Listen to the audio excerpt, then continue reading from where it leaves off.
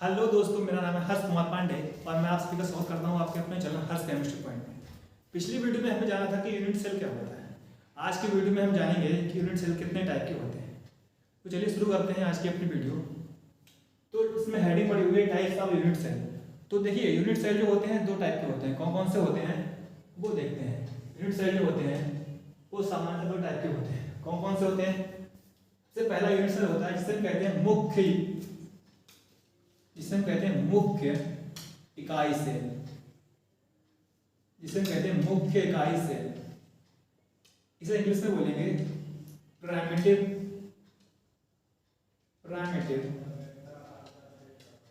Unit cell. दूसरा वाला होता है जिसे हम कहते हैं केंद्रित इकाई सेल, जिसे हम कहते हैं केंद्रित इकाई सेल। पहला होता है मुख्य इकाई सेल, दूसरा होता है केंद्रित इकाई सेल। इसे हम इंग्लिश में बोलते हैं सेंटर्ड यूनिट सेल। तो यूनिट सेल जो होते हैं वो सामान्यतः दो टाइप के होते हैं। पहला होता है प्राइमेटिव यूनिट सेल, जिसे हम बोलते हैं मुख्य इकाई सेल, और दूसरा होता है सेंटर्ड यूनिट सेल, जिसे हम कहते हैं केंद्रित इकाई सेल। अब जो ये केंद्रित इकाई सेल होता है ये भी तीन टाइप का होता है। कौन कौन से टाइप का वो भी हम देखते हैं। ये जो होता है ये भी तीन टाइप का होता है। सबसे पहला होता है इसे हम कहते हैं फलक केंद्रित इकाई सेल। क्या होता है? फलक केंद्रित इकाई सेल। इसे इंग्लिश में बोलेंगे फेस सेंटर्ड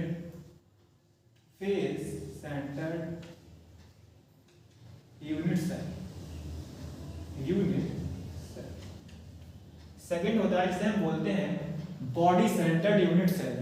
क्या बोलते हैं? Body centred unit cell. क्या बोलेंगे इसे बोलेंगे हम बॉडी सेंटर्ड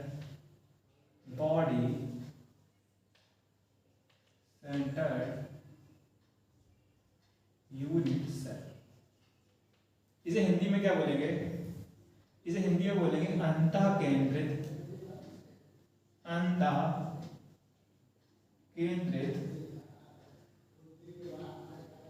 इकाई सेल। थर्ड होता है जिसे हम बोलते हैं एंड सेंटर्ड यूनिट सेल। क्या बोलते हैं? एंड सेंटर्ड यूनिट सेल, या बोलते हैं हिंदी में से बोलते हैं किनारा केंद्रित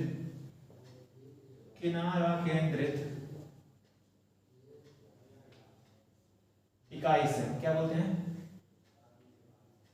इकाई सेल। इसे इंग्लिश में बोलेंगे एंड सेंटर्ड इकाई cell. End centred unit cell.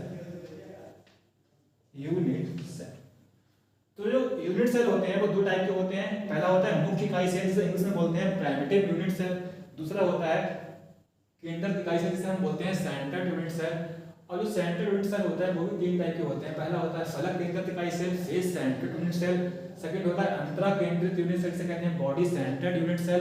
And third होता है किनारा केंद्रित इकाई सेल, जिसे हम बोलते हैं एंड सेंटर्ड यूनिट सेल। सबसे पहले हम बात करते हैं मुख्य इकाई सेल क्या होता है। तो मुख्य इकाई सेल को जानने से पहले हम समझ लेते हैं कि इसका डायग्राम कैसा होता है, क्योंकि डायग्राम के माध्यम से इसकी परिभाषा को हम बहुत ही इजीली समझ सकते हैं। देखिए, इसका डायग्राम किस टाइप से बनाते हैं।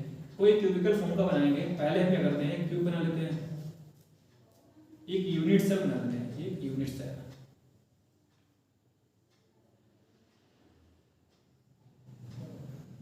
इसको इससे मिटाते हैं, इसको इससे और इसको।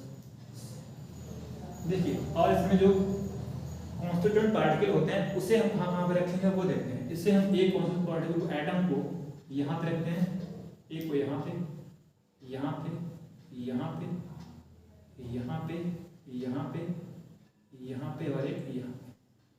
तो इकाई सेल हो गया। इसका जो डायग्राम होता है इस टाइप का होता है। तो मुख्य इकाई सेल में हम क्या देख रहे हैं इस डायग्राम के माध्यम से? इसमें हम देख रहे हैं कि जो कॉन्स्टिट्यूएंट पार्टिकल है, ठीक है, मुख्य इकाई सेल पढ़ने के लिए हम वैसे हम जानते हैं कि कॉन्स्टिट्यूएंट पार्टिकल जो होते हैं वो तीन टाइप के होते हैं। कौन कौन से होते हैं? मतलब तीन टाइप के, क्या तीन होते हैं, या फिर उसे मॉलिक्यूल बोल लो, एटम बोल लो, या फिर आयन बोल लो। पर मुख्य इकाई सेल को पढ़ने के लिए इस डायग्राम में या इस इकाई सेल में हम जो कॉन्स्टिट्यूएंट पार्टिकल अर्थात घटक कण मानेंगे वो हम एटम को मानेंगे। मुख्यतः हम एटम को लेकर चलेंगे। तो तो इस डायग्राम से एक परिभाषा निकलेगी, वो बहुत ही ध्यान से देखिए, मैं बताता हूँ। देखिए ये जो है यूनिट सेल है, इकाई सेल है, ठीक है। इस इकाई सेल में जो ये कॉन्स्टिट्यूएंट पार्टिकल अर्थात एटम्स हैं वो देखिए कहीं ना कहीं ये दिख रहे होंगे आपको, ये कोनों पर रखे हुए हैं, ये इस कोनों पर रखा हुआ है, इस कोने पर ये, इस कोने पर ये, इस कोने पर ये, इस कोने पर ये, इस कोने पर, इस कोने पर, इस कोने पर। तो मुख्य इकाई सेल की अगर हम परिभाषा निकालना चाहें तो क्या निकालेंगे, तो परिभाषा इस टाइप से होगी कि वह इकाई सेल जिसमें घटक कण अर्थात कॉन्स्टिट्यूएंट पार्टिकल्स जो होते हैं वो यूनिट सेल के कहाँ पे होते हैं, कोनों पर उपस्थित होते हैं। वह इकाई सेल जिसमें कॉन्स्टिट्यूएंट पार्टिकल अर्थात घटक कण जो होते हैं वो यूनिट सेल के कोनों पर उपस्थित होते हैं, ऐसे इकाई सेल को हम मुख्य इकाई सेल अर्थात प्राइमिटिव यूनिट सेल कहते हैं। एक बार फिर से बताता हूं, ऐसा इकाई सेल जिसमें घटक कण इकाई सेल के कोनों पर उपस्थित होते हैं, ऐसे इकाई सेल को हम मुख्य इकाई सेल कहते हैं अर्थात प्राइमिटिव इकाई सेल कहते हैं, ठीक है। इसके बाद में हम बात कर लेते हैं केंद्रक इकाई सेल। केंद्रक इकाई सेल में सबसे पहला है फलक केंद्रक इकाई सेल। देखिए फलक केंद्रक इकाई सेल में होता क्या है, इसमें भी जो घटक कण होंगे अर्थात कॉन्स्टिट्यूएंट पार्टिकल होंगे वो कोनों पर तो होंगे ही होंगे। किसमें होंगे, कोनों पर तो होंगे ही होंगे, पर इसका नाम चूंकि है फलक केंद्रित, तो एक एक इकाई सेल या फिर एक जो एटम होगा वो फलकों के केंद्र पर भी होगा। मेरा कहने का मतलब ये है कि फलक केंद्रक इकाई सेल में जो एटम्स होंगे वो मुख्य इकाई सेल की तरह कोनों पर तो होंगे ही होंगे, पर फलक के अब देखिए जैसे हमने लूडो खेला होगा, ठीक है, तो लूडो का जो पासा होता है अगर आप उसको ध्यान से देखेंगे तो उसमें 6 फलकें होती हैं। एक आगे की फलक होती है, एक पीछे की फलक होती है, एक ऊपर की फलक होती है, एक नीचे की फलक होती है, एक दाएं की और एक बाएं की, टोटल 6 फलकें होती हैं। अब ये क्यूब जो है, क्यूब भी कहीं ना कहीं पासे की तरह होता है। तो जो फलक होते हैं वो 6 होते हैं, और फलक केंद्रित में यही होता है कि इकाई जो कॉन्स्टिट्यूएंट पार्टिकल अर्थात एटम्स होते हैं वो कोनों के साथ साथ 6 फलकों के केंद्र पर भी होते हैं। जैसे कि मैं अभी डायग्राम बना रहा हूँ उससे अच्छे से समझ में आएगा। जैसे कि देखिए फलक केंद्र इकाई सेल में होता क्या है, जैसे देखिए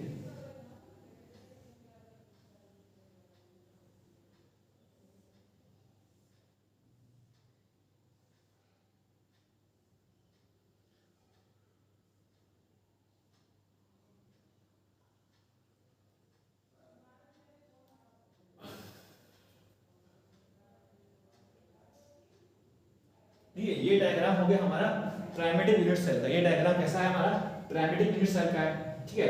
तो अब फलक केंद्र में क्या होता है कि जो घटक कण होते हैं वो कोनों पर तो होते ही होते हैं, तब फलकों के केंद्र पर भी होते हैं। अब देखिए फलक कितने होते हैं, ये देखिए ऊपर का ये फलक, ये नीचे का फलक, ये लेफ्ट का है, ये राइट का है, ये आगे का है, ये पीछे का है। तो हर एक फलक के केंद्र पर भी हमें एटम रखना होगा।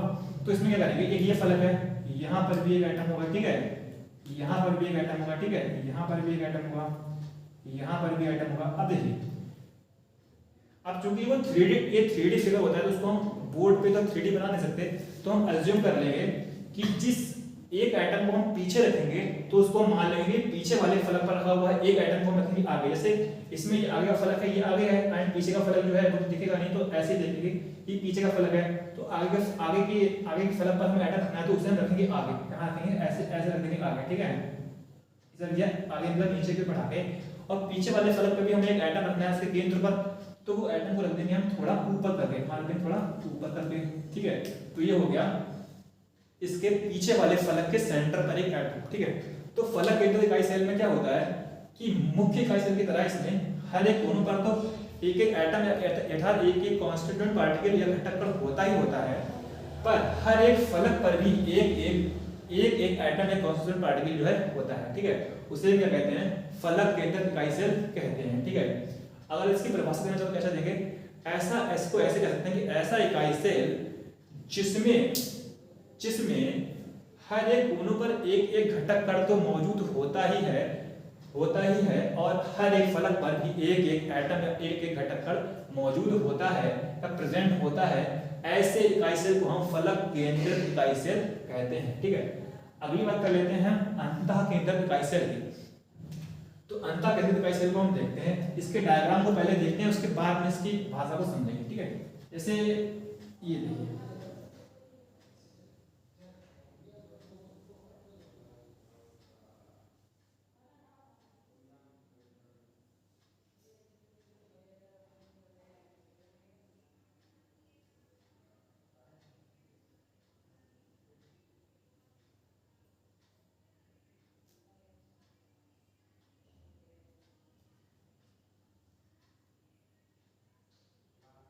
देखिए ये इसका नाम है बॉडी सेंट्रिक अर्थात अंतः केंद्रित इकाई सेल।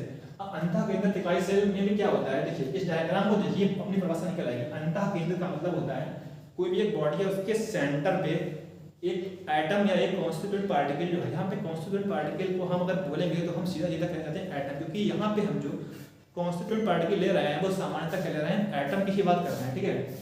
तो इस डायग्राम से देखेंगे तो देखो इसमें क्या होता है, इसमें हर एक कोने पर तो एटम्स प्रेजेंट होते ही होते हैं, हर एक कोने पर तो हर एक एटम जो है प्रेजेंट होगा ही होगा, और बॉडी के सेंटर पर भी एक एटम प्रेजेंट होगा, बॉडी के सेंटर पर भी हर एक एटम प्रेजेंट होगा, ठीक है। अब हमें पता कैसे लगेगा कि कौन सा कहाँ पे बॉडी का सेंटर है, उसके लिए देखिए एक एग्जांपल के थ्रू हम बात करते हैं। जैसे कि हम अभी आप जिस रूम में बैठ के ये वीडियो देख रहे होंगे, उस रूम में देखिए हमारा रूम जो होता है वो कहीं ना कहीं क्यूब आकार का होता है, ठीक है। जो रूम होता है उसमें छत होती है, छत में 4 कोने होते हैं, फर्श होती है, फर्श में भी 4 कोने होते हैं, ठीक है। तो क्या करेंगे, हम छत के एक कोने को पकड़ेंगे एंड फर्श के दूसरे कोने को डायगोनली फॉर्म में ऐसे करके मान लो किसी डोरी की सहायता से करेंगे, अज्यूम करेंगे कि डोरी की सहायता से हम छत के एक कोने को फर्श के दूसरे कोने तक लाए। इसी टाइप से छत के दूसरे कोने को फर्श के सेकंड कोने को डायगोनली फॉर्म में दूसरे कोने तक लाए। इसी प्रकार से थर्ड कोने को थर्ड कोने से फर्श के मिलाया एंड फोर्थ कोने को छत का उसको फोर्थ नीचे जो है फर्श के कोने से मिलाया, ठीक है। तो जो चारों जो लाइनें अगर हम डालेंगे तो चारों लाइनें जो होंगी कहीं ना कहीं एक पॉइंट में चारों लाइनें इंटरसेक्ट कर रही होंगी। तो जहां पे चारों लाइनें इंटरसेक्ट करेंगी वही हमारे रूम का क्या होगा, एक सेंटर होगा, या बॉडी का वो सेंटर होगा, उसी को कहेंगे बॉडी का ये सेंटर है, रूम का सेंटर है, ठीक है।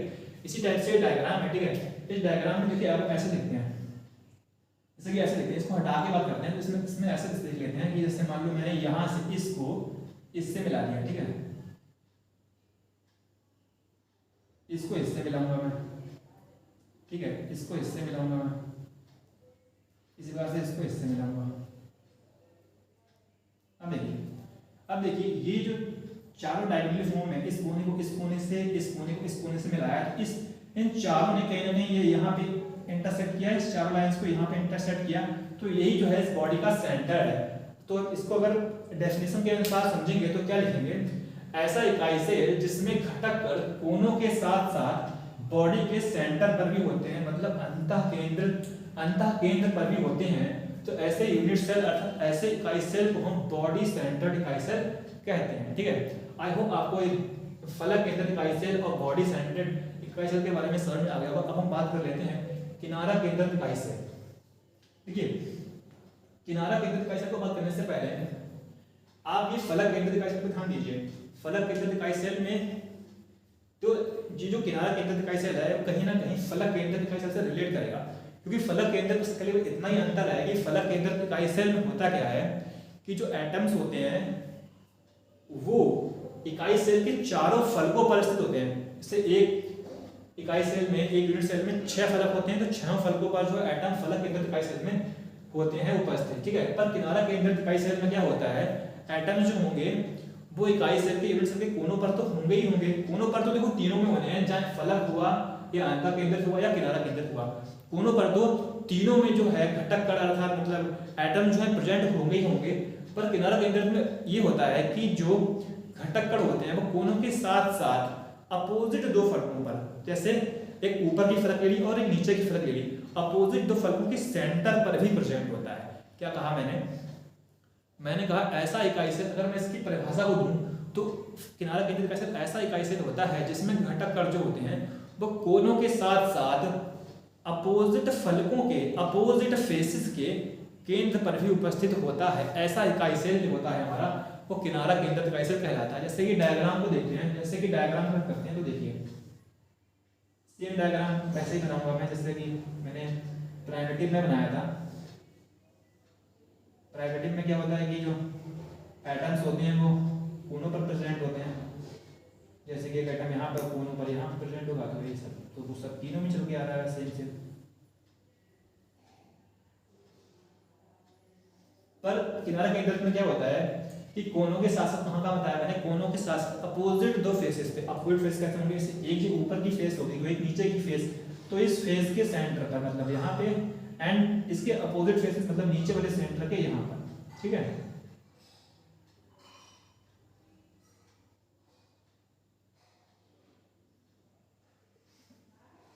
तो किनारा केंद्रक में क्या होता है कि जो एटम्स होते हैं वो कोनों के साथ साथ अपोजिट टू फेसेस के केंद्र पर भी अर्थात सेंटर पर भी प्रेजेंट होते हैं।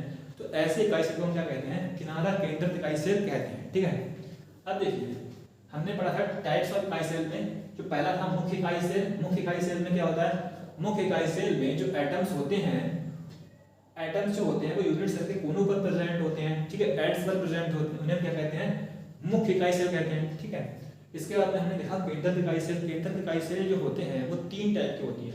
वो होती है फलक केंद्रक इकाई सेल, सेकंड होती है बॉडी सेंटर अर्थात अंतः केंद्रक इकाई सेल, एंड थर्ड होती है किनारा केंद्रक इकाई सेल। तो जो फलक केंद्रक इकाई सेल होती है उसमें हम लोगों ने क्या देखा, फलक केंद्रक इकाई सेल में जो एटम्स होते हैं वो कोने के साथ साथ 6 फलकों के सेंटर पर भी प्रेजेंट होते हैं, उसे हम कहते हैं फलक केंद्रक इकाई सेल। दूसरा होता है बॉडी सेंटर्ड इकाई सेल। बॉडी सेंटर्ड इकाई सेल में क्या होता है, जो एटम्स होते हैं वो कोनों के साथ साथ बॉडी के एक सेंटर पर भी प्रेजेंट होता है, इसे हम कहते हैं बॉडी सेंटर्ड इकाई सेल या अंतः केंद्रक इकाई सेल। सेकंड आता है एंड थर्ड आता है हमारा एंड सेंटर्ड इकाई सेल। एंड सेंटर्ड इकाई सेल में क्या होता है, जो एटम्स होते हैं वो कोनों के साथ साथ अपोजिट 2 फलकों के या अपोजिट 2 फेसेस के केंद्र पर भी उपस्थित होता है। ऐसे इकाई सेल को हम किनारा केंद्रक इकाई सेल या एंड सेंटर्ड इकाई सेल कहते हैं।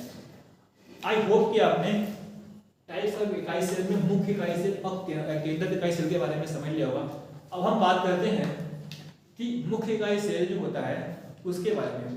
तो मुख्य इकाई सेल होते हैं वो भी 7 टाइप्स के होते हैं। मुख्य इकाई सेल के भी 7 टाइप होते हैं, उनको भी हम डिस्कस करते हैं। तो चलिए स्टूडेंट अब हम बात कर लेते हैं कि हमारा प्राइमेटिव इकाई सेल या मुख्य इकाई सेल जो होता है वो 7 टाइप्स का होता है।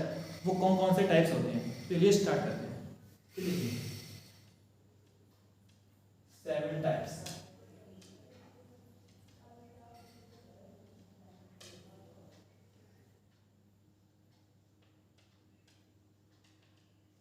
इसे मैं प्राइमेटिव यूनिट सेल को शॉर्ट में PUC लिख देता हूं। ठीक है, तो देखिए इन 7 टाइप्स को याद करने की एक ट्रिक होती है, उस ट्रिक को देखते हैं। उस ट्रिक वो ट्रिक होती है क्यूट और मदर।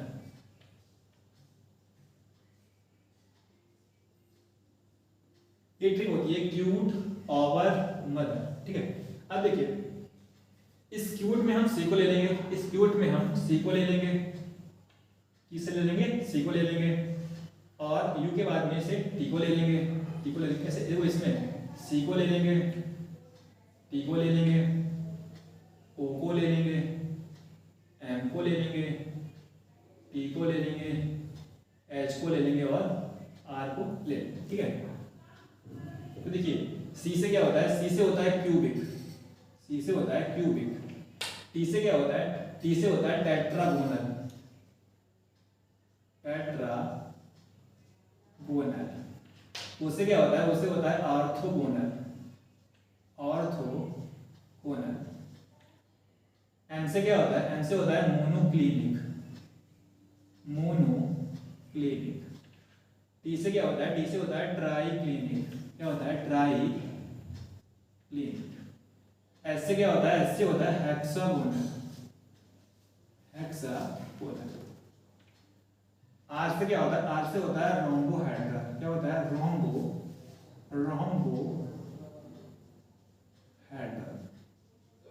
तो देखिए क्यूट में हमने सी को ले लिया, टी को ले लिया, ओवर में हमने ओ को ले लिया, मदर में हमने एम को ले लिया, टी को ले लिया, एच को ले लिया और आर को ले लिया। सी से होता है क्यूबिक, टी से होता है टेट्रागोनल, टी से होता है टेट्रागोनल, ओ से होता है ऑर्थोगोनल, एन से होता है मोनोक्लिनिक, टी से होता है ट्राइक्लिनिक, एस से होता है हेक्सागोनल एंड आर से होता है रोम्बोक्लिनिक। तो 1 2 3 4 5 6 7 टाइप्स हो गए। ठीक है, अब देखिए इसमें क्या होता है, ये स्ट्रक्चर्स टाइप के होते हैं। ठीक है, इन स्ट्रक्चर में एक तो होती है एक्सियल लेंथ, एक होता है एक्सियल एंगल। देखो मैं आपको हिंदी में बता दूं, एक्सियल लेंथ को कहते हैं किनारों की लंबाई और एक्सियल लेंथ को कहते हैं किनारों की लंबाई और एक्सियल कोण को कहते हैं जो उसमें पाए जाने वाले जो कोण होते हैं वो कितने कितने होते हैं। ठीक है, देखिए जैसे मैं क्यूबिक की बात कर लेता हूँ, तो क्यूबिक का एक क्यूबिक की बात करता हूँ, तो क्यूबिक के लिए मैं 10 इससे मैं मान लो चित्र बनाया है। ठीक है, क्यूब के ही टाइप का होगा, ये क्यूब के टाइप का मैंने चित्र बना दिया। ठीक है,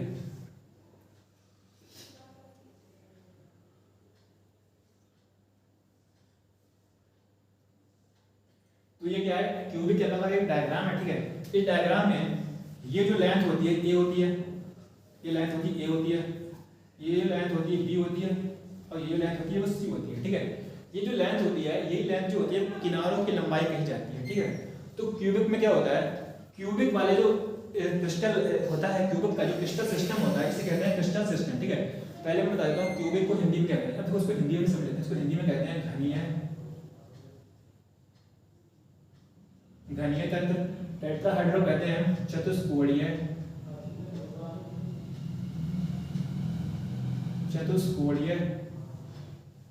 तंत्र, ऑर्थोगोनल कहते हैं विषम लंबाक्ष, क्या कहते हैं, विषम लंबाक्ष तंत्र। मोनोक्लिनिक कहते हैं एक नताक्ष, क्या कहते हैं, एक नताक्ष तंत्र। ट्राइक्लिनिक कहते हैं त्रिनताक्ष, क्या कहते हैं,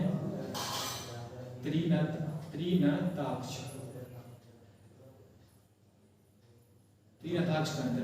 हेक्सागोनल कहते हैं षटकोणीय, क्या कहते हैं, षटकोणीय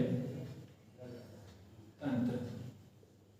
रोम्बोहेड्रल कहते हैं विषम लंबाक्ष, सॉरी रोम्बोहेड्रल कहते हैं एक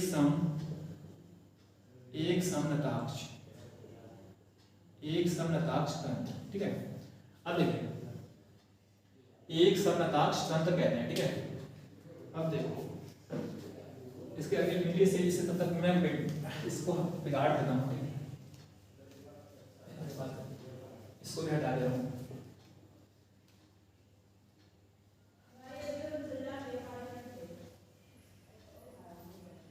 इसको ऊपर लिख दे रहा हूँ मैं, क्यों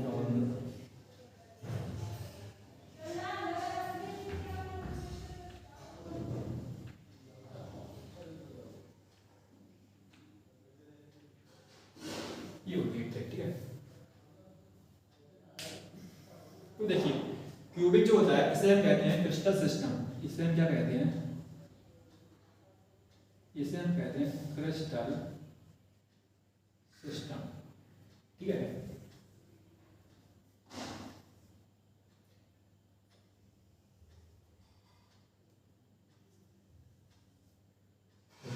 यहां पे हेडिंग आएगी एक्सियल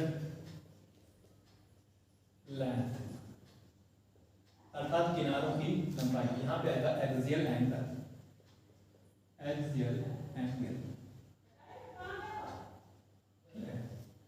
देखो क्यूबिक में क्या होता है, मैंने भी आपको बताया किनारों की लंबाई होती है वो ए बी और सी होती है, ठीक है। तो क्यूबिक में क्या होता है, क्यूबिक में A equal to B equal to C होती है, ठीक है।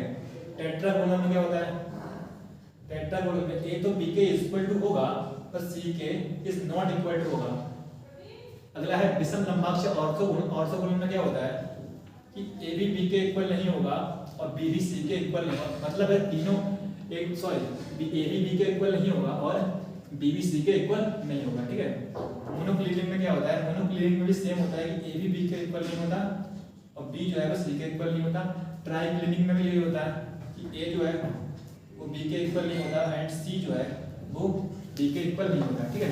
हेक्सागोनल में क्या होता है, हेक्सागोनल में होता है ए तो बी के इक्वल होता है बट सी बी जो होता है वो सी के इक्वल नहीं होता।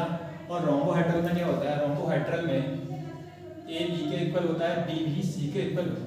अब देखिए जैसे मैंने यहाँ पे लिख दिया है कि ए बी के इक्वल, बी सी के नॉट इक्वल, बी ए के नॉट इक्वल या ए बी के इक्वल, ये सब मैं लिखा हुआ है। तो इसको याद करने की भी ट्रिक होती है, जैसे कि मैं ऊपर से नीचे से लेता हूँ, ठीक है। जैसे लिखता हूँ मैं 0 1 2, ऊपर से लिखता हूँ 0 1 2 एंड 2 को फिर से अगले लिख देते हैं।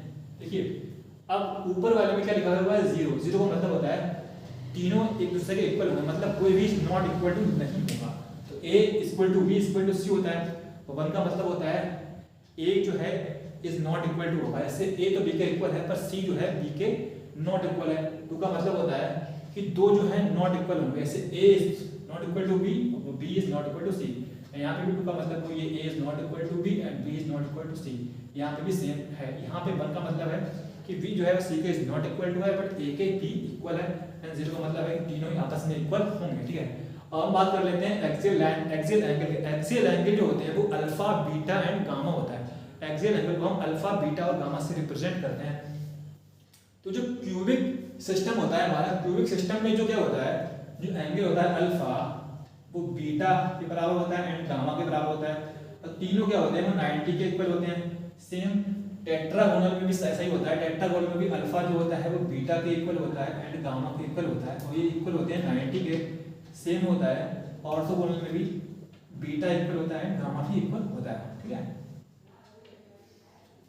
अब हम बात कर लेते हैं मोनोक्लिनिक के बारे में। मोनोक्लिनिक में क्या होता है, मोनोक्लिनिक में अल्फा बीटा जो होता है वो तो 90 होता है, पर जो गामा होता है वो नॉट इक्वल टू 90 होता है। ठीक है, अब बात कर लेते हैं ट्राइक्लिनिक में। ट्राइक्लिनिक में क्या होता है, ट्राइक्लिनिक में alpha is not equal to beta होता है, beta is not equal to gamma होता है and gamma is not equal to 90 degree होता है। ठीक है, तो हम बात कर लेते हैं हेक्सागोनल की।